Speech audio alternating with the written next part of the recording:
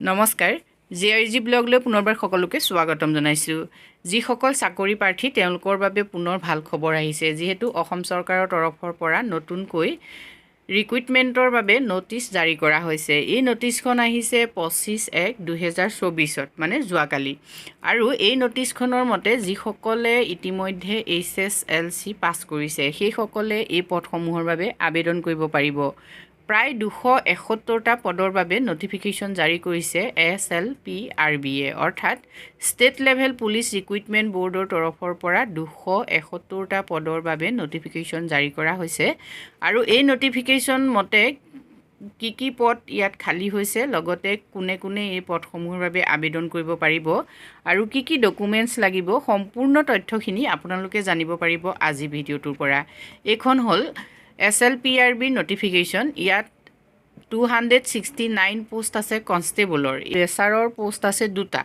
এটা ড্ৰেচাৰৰ পোষ্ট সম্পৰ্কত আমি পৰৱৰ্তী পৰ্যায়ত আলোচনা কৰিম আৰু বৰ্তমান 269টা পোষ্টৰ সম্পৰ্কত আপোনালোকে চাই লওক এই পোষ্টসমূহ গ্ৰেড 3 পোষ্ট হয় পে স্কেল হ'ল 40,000ৰ পৰা 60,500 আৰু গ্ৰেড পে হ'ব 5,600 মানে পে বেন 2 হ'ব যদি এই পদসমূহৰ বাবে আবেদন কৰিব খোজে তেতিয়াহ'লে www.slprbassam.in ত গৈ আপোনালোকে আবেদন কৰিব পাৰিব আবেদন আপোনালোকে 1/2/2024 পৰা কৰিব পাৰিব আৰু 15/2/2024 হ'ল লাষ্ট ডেট এই পদসমূহৰ বাবে আবেদন কৰিবৰ কাৰণে কোনো ধৰণৰ এপ্লিকেশ্যন ফিজ নাই ডিটেইলছত পদসমূহৰ বিষয়ে চাই লওক কেটেগৰী ৱাইজ আনৰিজাৰ্ভৰ মেল কেণ্ডিডেটৰ 58 ফিমেলৰ 24 টোটেল 82 OBC MOBC 45 মেল আৰু ফিমেল 19 টোটেল 64 SC কেণ্ডিডেটৰ 12 হ'ল মেল ফিমেলৰ 5 টোটেল 17 ST প্লেইনৰ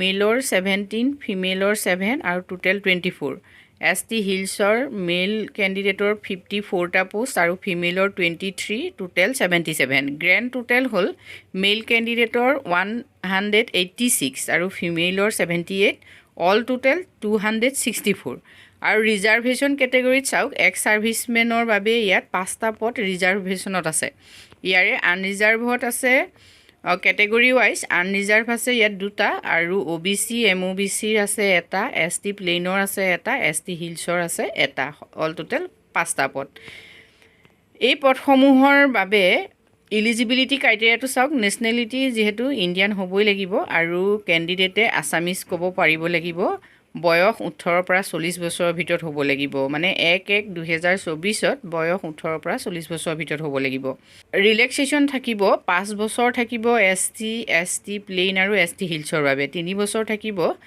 OBC MOBC বাবে 2 বছৰ থাকিব যিবিলাক এক্স সাৰ্ভিসমেন তেওঁলোকৰ বাবে নেক্সট এডুকেশ্যনেল কোৱালিফিকেশ্যন চাওক SSLC ইকুইভেলেণ্ট এক্সাম পাছ হ'বই লাগিব ইয়াতে আদাৰ কোৱালিফিকেশ্যন কিন্তু উল্লেখ আছে যদি হোমগাৰ্ড চাৰ্টিফিকেট থাকে বা NCC A চাৰ্টিফিকেট আছে মিনিমাম তেতিয়াহে কিন্তু এই পদসমূহৰ বাবে আবেদন কৰিব পাৰিব ইয়াত নোটটো দিয়া আছে চাওক the person having SSLC pass certificate but not possessing home guard training certificate or minimum NCC A certificate are not eligible to apply মানে অকল SSLC পাছ হ'লে এপ্লাই কৰিব নোৱাৰিব হোমগাৰ্ডৰ ট্ৰেইনিঙৰ চাৰ্টিফিকেট বা NCC চাৰ্টিফিকেট A থাকিবই লাগিব তেতিয়াহে এপ্লাই কৰিব পাৰিব ফিজিকেল ষ্টেণ্ডাৰ্ডত height minimum general OBC MOBC SC কেণ্ডিডেটৰ মেলৰ হ'ব লাগিব 162.56 সেণ্টিমিটাৰ ফিমেলৰ 154.94 সেণ্টিমিটাৰ আৰু ST প্লেইন ST হিলছৰ 160.02 সেণ্টিমিটাৰ মেল ফিমেল কেণ্ডিডেটৰ 152.40 সেণ্টিমিটাৰ চেষ্ট আপোনালোকে চাওক only for men general OBC MOBC SC ST প্লেইনৰ নৰ্মেলৰ 80 সেণ্টিমিটাৰ এক্সপাণ্ডেড হ'লে 85 সেণ্টিমিটাৰ হ'ব লাগিব আৰু ST হিলছৰ নৰ্মেলত 78 সেণ্টিমিটাৰ আৰু এক্সপাণ্ডেড হ'লে 83 সেণ্টিমিটাৰ হ'ব লাগিব চেষ্টৰ ক্ষেত্ৰত general OBC MOBC SC ST plain নৰ্মেলত 80 সেণ্টিমিটাৰ এক্সপাণ্ডেডত 85 সেণ্টিমিটাৰ ST হিলছৰ 78 সেণ্টিমিটাৰ নৰ্মেল আৰু এক্সপাণ্ডেড হ'লে 83 সেণ্টিমিটাৰ আপোনালোকে কেনেকৈ এপ্লাই কৰিব সেই ক্ষেত্ৰত চাই লওক SLPRB ৱেবছাইট .slprb.in গৈ আপোনালোকে অনলাইন কৰিব পাৰিব। অনলাইন কৰোঁতে আপোনালোকক পাছপোৰ্ট চাইজ ফটোগ্ৰাফ লাগিব, ছিগনেচাৰ লাগিব আৰু ফটোগ্ৰাফ কালাৰ ফটোগ্ৰাফ হ'ব লাগিব। ফটোগ্ৰাফৰ ইয়াত JPEG ফৰ্মেটত আপোনালোকে দিব লাগিব। ষ্টেণ্ডাৰ্ড কিমান 4.5 চেণ্টিমিটাৰ × 3.5 চেণ্টিমিটাৰ ষ্টেণ্ডাৰ্ড থাকিব লাগিব। এইখিনি আপোনালোকে চাই ল'ব, যিহেতু এই যিখন নটিফিকেশ্যন মই ডেছক্ৰিপশ্যন বক্সত দি দিম, তাত আপোনালোকে সম্পূৰ্ণ তথ্যখিনি চাই ল'ব। ছিগনেচাৰৰ কথাও ইয়াত উল্লেখ আছে। ডকুমেণ্টছ কি লাগিব চাওক। এজ প্ৰুফ ডকুমেণ্টছ লাগিব। এজ প্ৰুফ ডকুমেণ্টছ যিহেতু SSLC পাছ যিখন চাৰ্টিফিকেট এডমিট কাৰ্ড তাতেই থাকিব।